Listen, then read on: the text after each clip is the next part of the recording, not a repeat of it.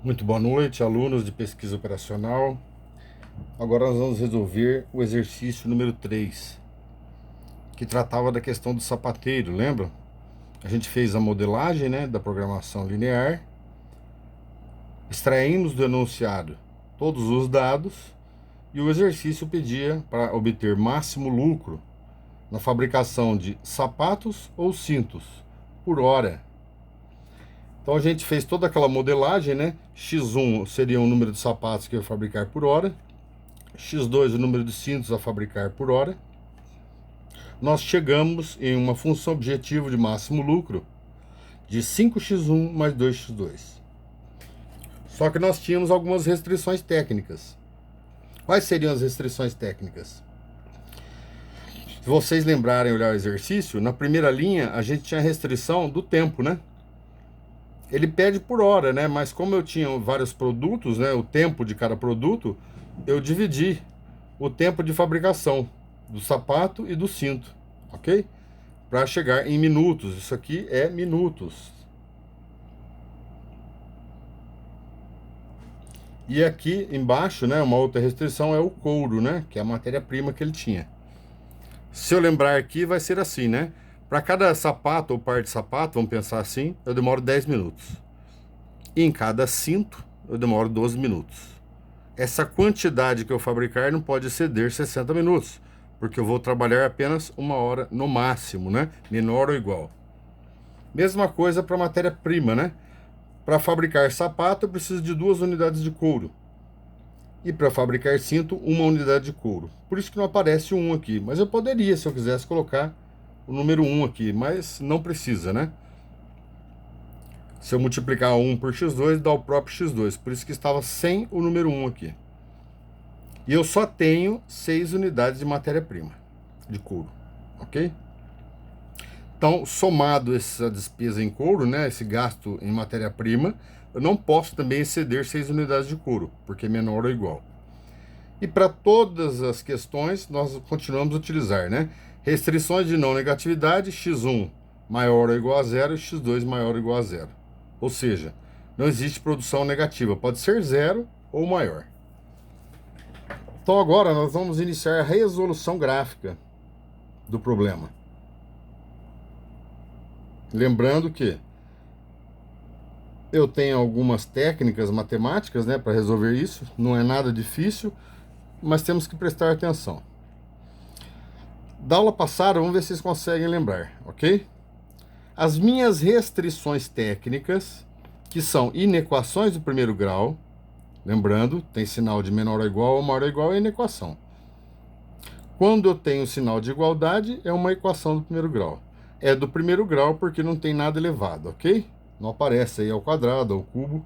Então, é do primeiro grau. Cada inequação dessa, eu vou transformar em equação e encontrar a sua respectiva reta. Ok? Então, vamos chamar de reta 1, que seria essa minha primeira inequação. Quando eu trouxer para cá, eu já vou trazer ela no modo equação. 10x1 mais 12x2. Troco agora, né? Ao invés de copiar menor ou igual, eu coloco o sinal de igualdade, é igual a 60. Eu usei uma técnica aqui, aula passada, que eu fiz assim, ó. Eu vou chamar algum dessas duas variáveis que são incógnitas de um valor, para poder substituir na equação e encontrar o seu valor absoluto ou o seu resultado. Então, primeiro, eu sempre começo pelo x1, né? Para x1 igual a zero, ok? E ao mesmo tempo, eu fiz isso aqui lá na outra aula, ó. x1, x2. Se eu estou chamando agora x1 de zero, eu já posso colocar zero aqui, ó. Ok? E agora eu vou substituir na minha equação.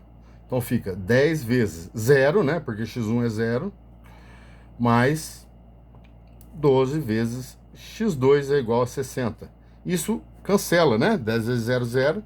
Eu fico com 12, x2 é igual a 60. Porém, agora eu tenho que isolar, né? Tenho que deixar esse x2 sozinho.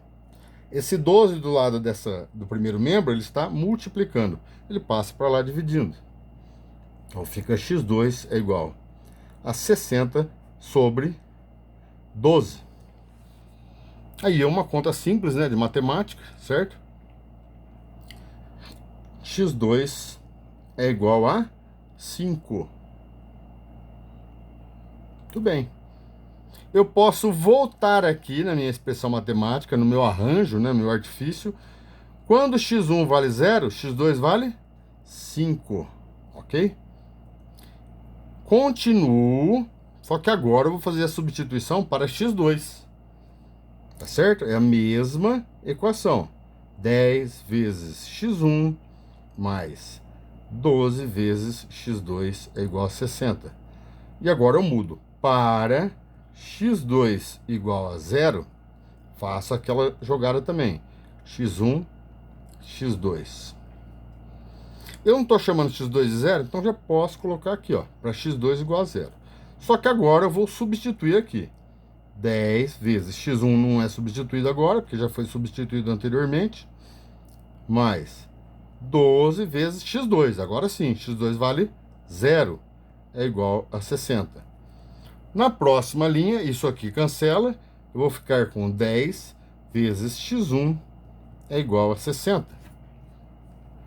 Eu tenho que isolar o x1. Então, esse 10 que está aqui multiplicando desse lado do membro passa para o outro lado dividindo. x1 é igual a 60 dividido por 10. x1 é igual a 6. Muito bem? Para x2 igual a 0, x1 é igual a 6. Está aqui.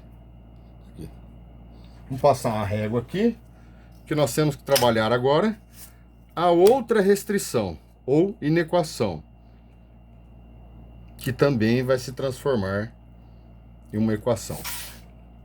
Essa é R1, ok? Então agora eu vou chamar essa aqui de R2. Quem é minha R2? É a minha outra restrição, que é uma inequação que vem para cá agora na forma de equação do primeiro grau.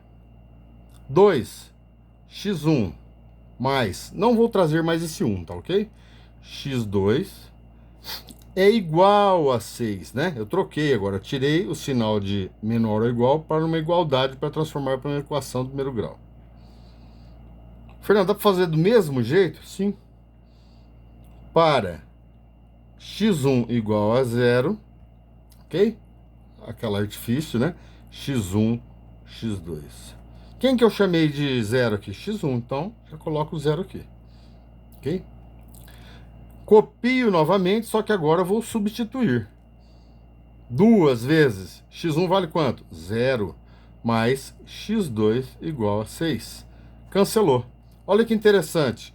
Como eu não tenho número mais, eu já fico direto com x2 é igual a 6. Então, quando x1 vale 0, x2 vale 6. Vem aqui e coloca, ok? Continuando, agora eu vou substituir x2. Vamos lá, copia a equação de novo. 2x1 mais x2 é igual a 6. Eu chamei x1 de 0, tá ok. Agora eu vou chamar x2 de 0. O artifício de novo. Se eu já estou chamando x2 de 0, eu já coloco esse valor aqui. E agora eu vou fazer minha substituição, né? Na hora que eu trouxer a minha equação para cá, já substituo. 2 vezes x1 mais x2 vale 0, é igual a 6. Cancelou. 2 vezes x1 é igual a 6. Agora sim, né? Eu tenho um número aqui multiplicando a minha variável. Eu tenho que isolar o x1. Leva para lá dividindo. Ele está multiplicando desse lado do membro. x1 é igual a 6 sobre 2. Portanto, x1 é igual a 3. Quando x2 é igual a 0, x1 é igual a 3. Muito bem. Passo uma linha aqui. E eu já posso fazer uma interpretação aqui, ok? Mas eu vou pegar outra folha. Muito bem.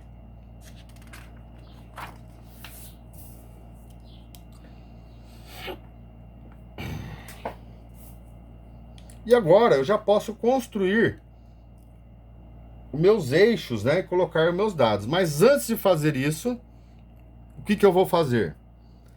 R1. Para eu ter uma reta R1, isso aqui é a minha reta, né? É uma reta.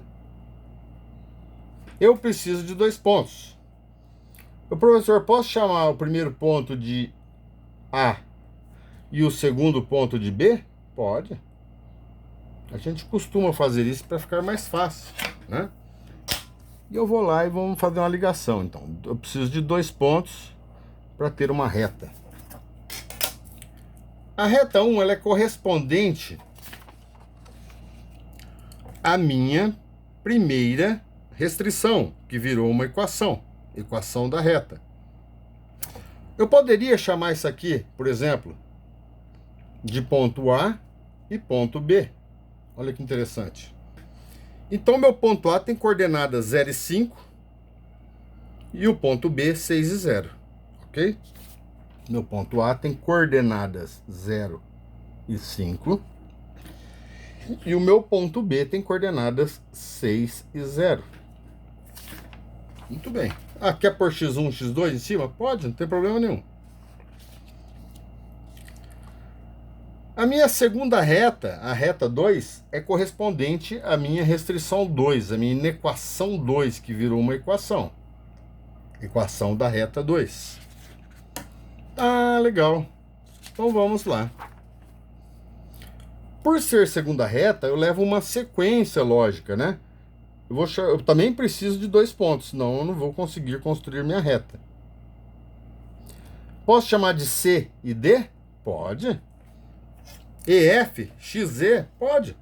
Mas para ficar uma coisa mais sequencial e lógica, a gente costuma levar os pontos na sequência. A, B, C, D, E, F e assim vai por diante. Ok? Meu ponto C e D também tem coordenadas. Eu preciso de, né, 2 variáveis para dar coordenada. Quando eu olho aqui, eu vejo que esse aqui poderia ser meu ponto C e esse aqui meu ponto D. Então, meu ponto C ele tem coordenadas 0 e 6. 0 e 6. O meu ponto D tem coordenadas 3 e 0. Muito bem. Com esses pontos das retas, desculpa, esqueci aqui, né? R2, R1. Aqui é minha R2 e aqui minha R1. Eu já consigo traçar o meu gráfico com os eixos, né? Os eixos cartesianos.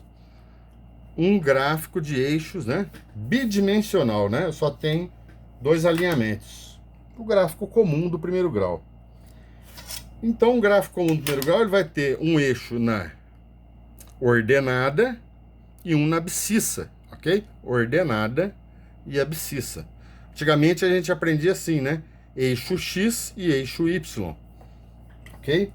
Só que agora, como a gente está trabalhando com X1 e X2, seriam os nossos nomes corretamente dos eixos, ok? Só de eu olhar esses pontos, eu sei o tamanho do gráfico. Olha eu colocando aqui, ó, X1, X2, X1, X2, né? Uma vírgula aqui. Em X1, qual o maior número que eu tenho representado aí? Aqui é 0, aqui é 6, aqui é 0, aqui é 3. 6. X1 corresponde ao meu gráfico, né? Da minha reta, da abscissa, né? Que está aqui no plano horizontal. Eu não preciso traçar aqui esse eixo até o 20, 30, 100, 1000. Se eu for até o 6 já é suficiente. Mas eu vou fazer ele um pouquinho maior, né? Sempre faço um pouco maior para visualização, ok? Vou traçar ele aqui até o 10. Ok? Até o 10. Claro, o ideal é eu fazer ele graduado, né? Então, de um em um, eu venho marcando aqui os pontos. Opa, saiu um pouquinho ali. É bom, né? Graduar o gráfico. Ok? E no meu eixo X2, que seria o Y, qual o tamanho desse gráfico? Vamos lá? X2 aqui vale 5, aqui vale 0, aqui vale 6, aqui vale 0. Então 6 também é o maior número. Ixi, rapaz, ficou apertado aqui, mas vai dar certo. Vou ter feito ele mais para baixo um pouquinho. E vou graduando aqui, né?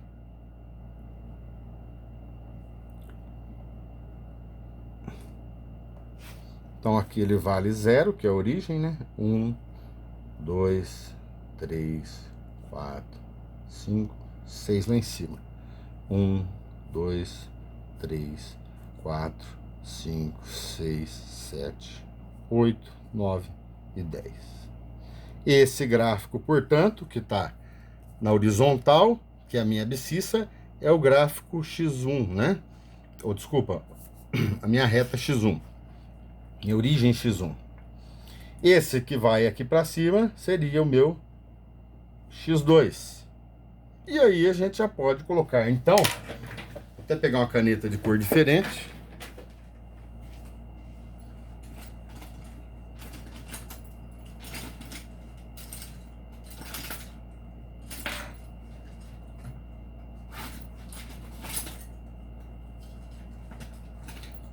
Fazer as minhas retas R1 e R2. Vou começar a minha R1 de cor vermelha, ok? Então vamos lá. R1, o ponto A, coordenadas 0 e 5. Em X1 ele vale 0, em X2 ele vale 5. Então ele está aqui, ó. Isso aqui para mim é A, ok? A. Eu preciso de outro ponto, senão eu não faço a reta. Ponto B da reta 1. Em X1 vale 6, tá lá, ó, 6. Em X2 vale 0, então ele não sobe, né? Ele para aqui. Esse aqui é o meu B. Pô, legal. Se eu já tenho 2 pontos, eu já posso traçar a minha reta R1. Certo?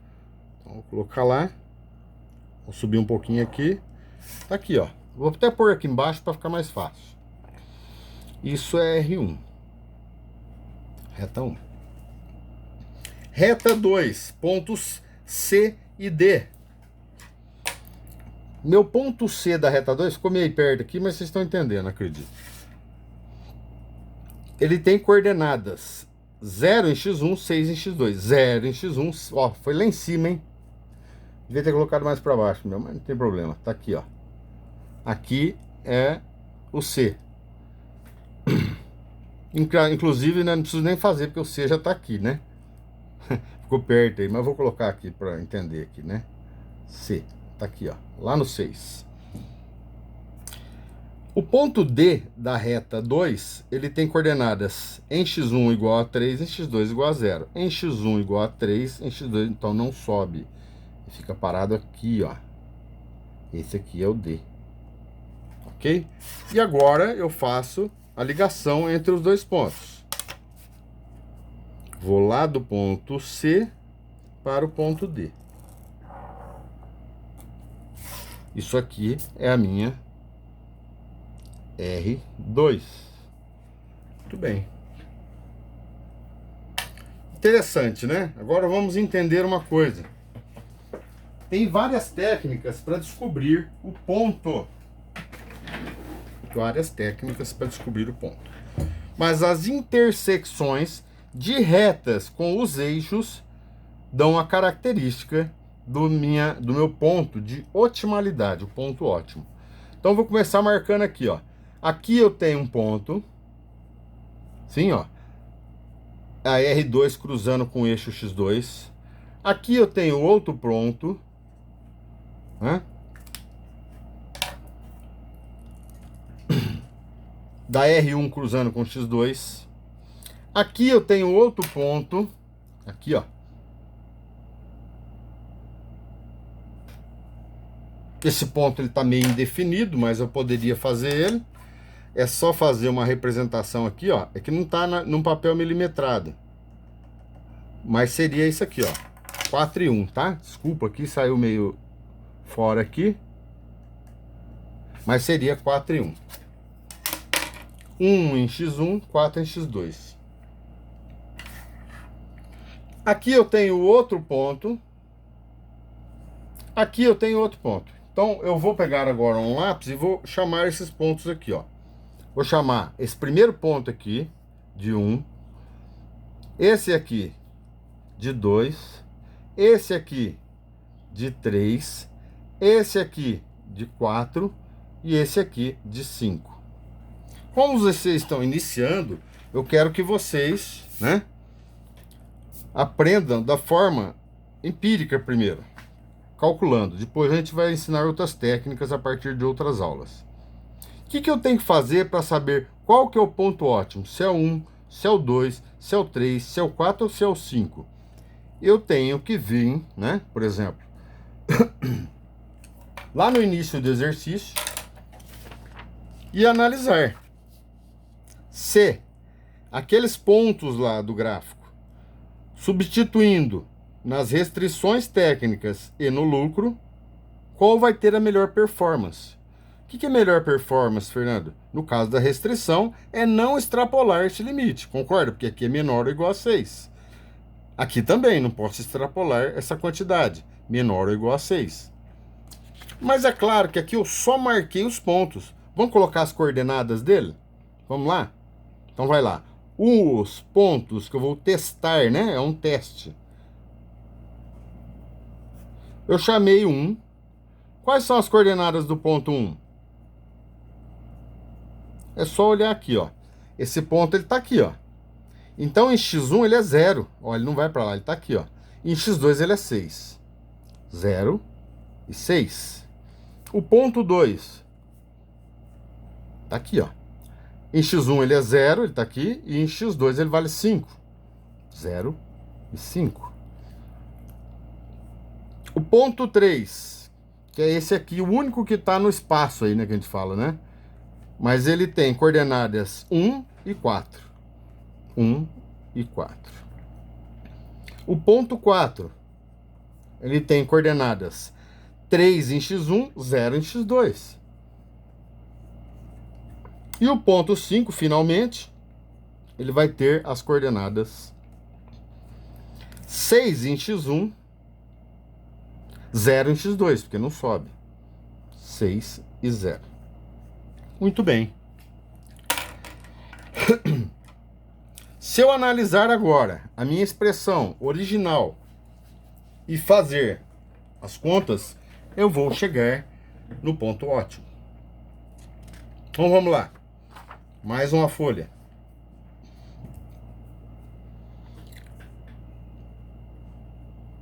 Vou chamar de teste.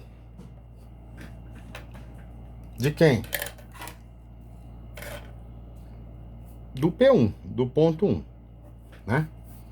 Eu tenho a minha função objetivo, que é máximo lucro é igual 5 vezes x1, né? Mais 2 vezes x2. Eu tenho minhas restrições técnicas, 10 vezes x1 mais 12 vezes x2 menor ou igual a 60. E tenho a outra restrição técnica, 2 vezes x1 mais x2 menor ou igual a 6. O que eu tenho que fazer? Bom, primeiro eu tenho que lembrar aqui que eu marquei. Olha aqui. Ponto 1 tem coordenadas 0 e 6. Então, ponto 1, vou até pôr em vermelho aqui, ó. Ele vale 0 e 6. x1, x2.